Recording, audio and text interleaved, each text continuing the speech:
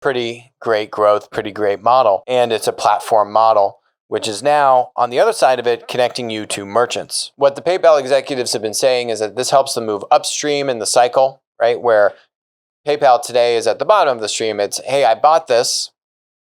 Now I need to pay for this. And so PayPal is saying, hey, how can I move farther upstream in the consumer's purchasing decision process, which is where Honey plays. Honey's main transaction model is I'm online, I've got an extension, I'm viewing an e-commerce store, and you're now showing me alternatives. My curiosity, and I'm sure the Dan Schulman at PayPal and these guys probably have a plan for mobile. I just don't really see it working the same way.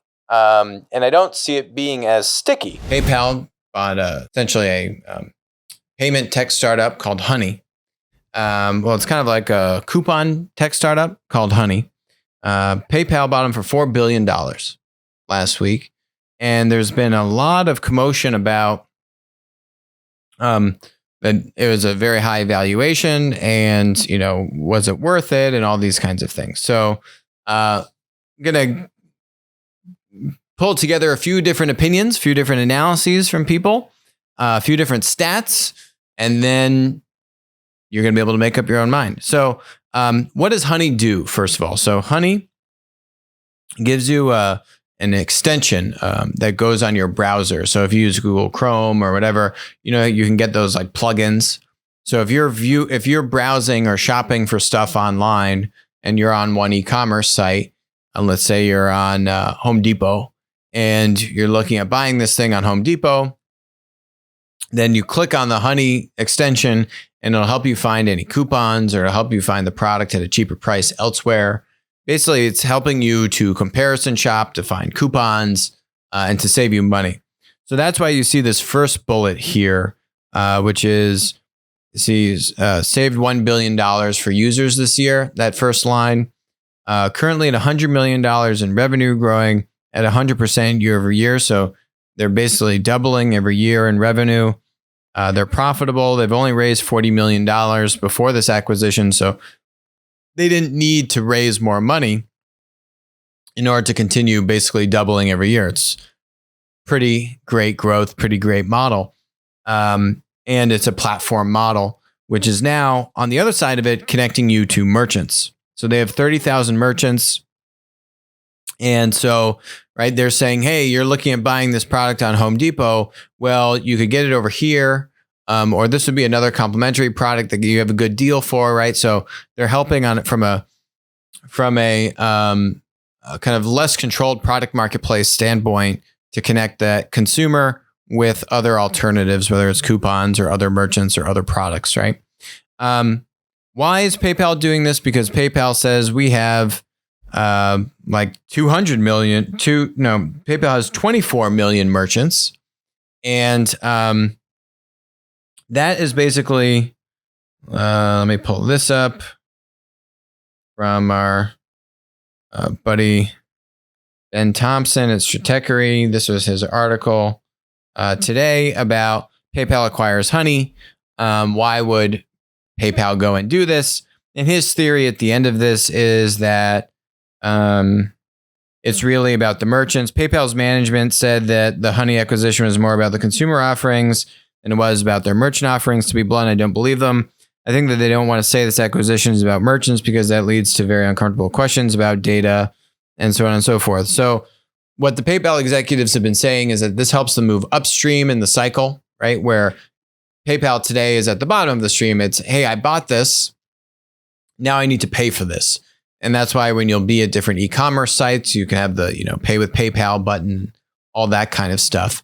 And so PayPal is saying, hey, how can I move farther upstream in the consumer's purchasing decision process, which is where Honey plays, right? In terms of getting coupons, getting alternative offers, and linking that with merchants. And PayPal has a lot of merchants.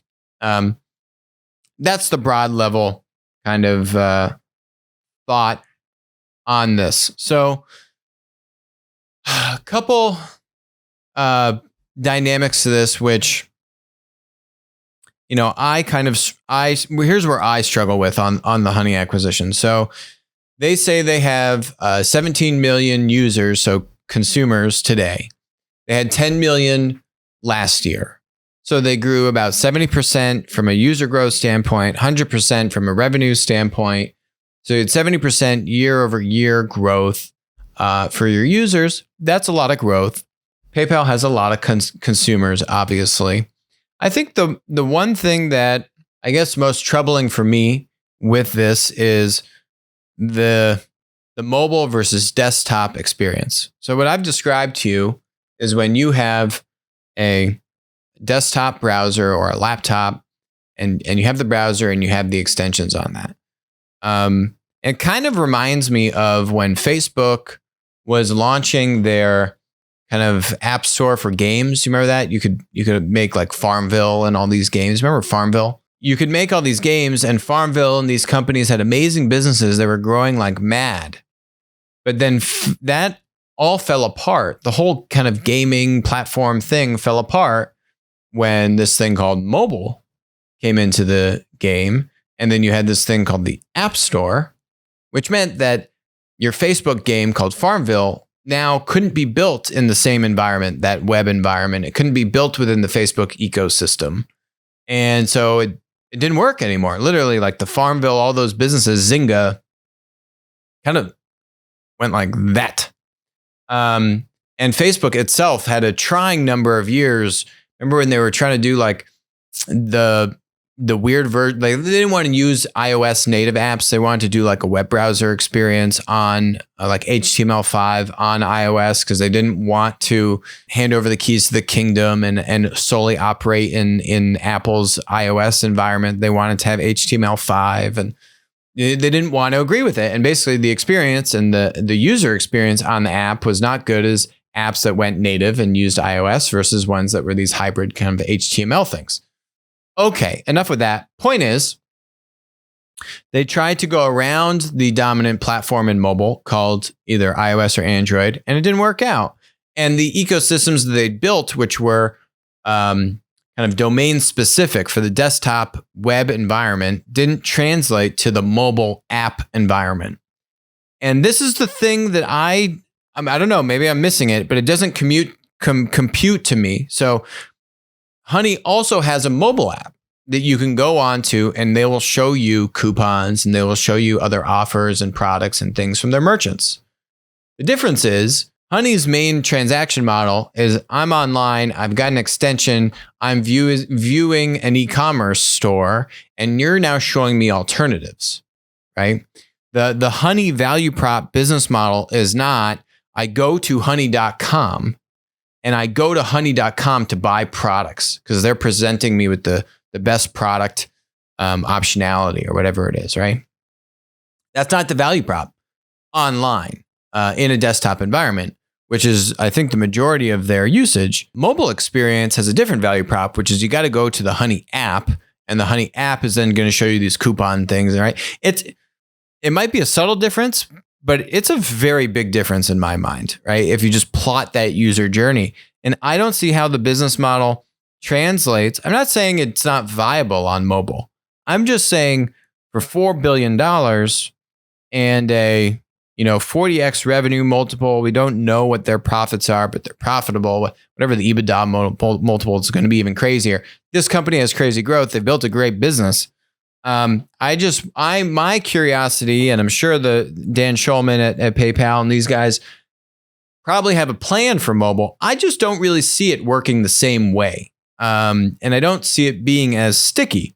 And so I don't know if that means that Honey is a Farmville and this thing's going to crash and burn come mobile, because they're obviously operating in the mobile environment. And you can see what the data is like. But let me show you some of these stats, okay? So there's a few interesting charts here I was pulling up. This is mobile e-commerce as just a share of e-commerce. So 2018 is 1.8 trillion US dollars. This is 2019 now 67%. So you basically just see from 50% to 72, 73% over the period of 5 years or so. Now, this is another interesting one that's looking at mobile app versus web. So you can see that's the other point, right? Like people use apps for e-commerce. So that's on this right side, this kind of like pinkish orange thing. That's mobile apps. Mobile web is the gray. Mobile web is the gray. And you can see on the left side, mobile apps, e-commerce sales in versus mobile apps or desktop web or mobile web. You can see that breakdown. Mobile now accounts for 50% of all e-commerce traffic. This is on Shopify, but this is just traffic. And now here's another one that I was looking at because we're going to get to it later about Alibaba, but this was really interesting. Okay, so Alibaba doing about, this is like 3 trillion. I don't know. They're doing about $450 billion in GMV US dollars. This is in 2016, so they're not fully releasing all this information as accurately as you would like, but look at the mobile. 73%. This is in 2016. Is that mobile penetration. And so that to me, like you just can't get the same experience of I'm on my mobile browser, let's just say. I'm looking at Alibaba's, one of Alibaba's e-commerce sites. Show me the coupons to buy this thing somewhere else.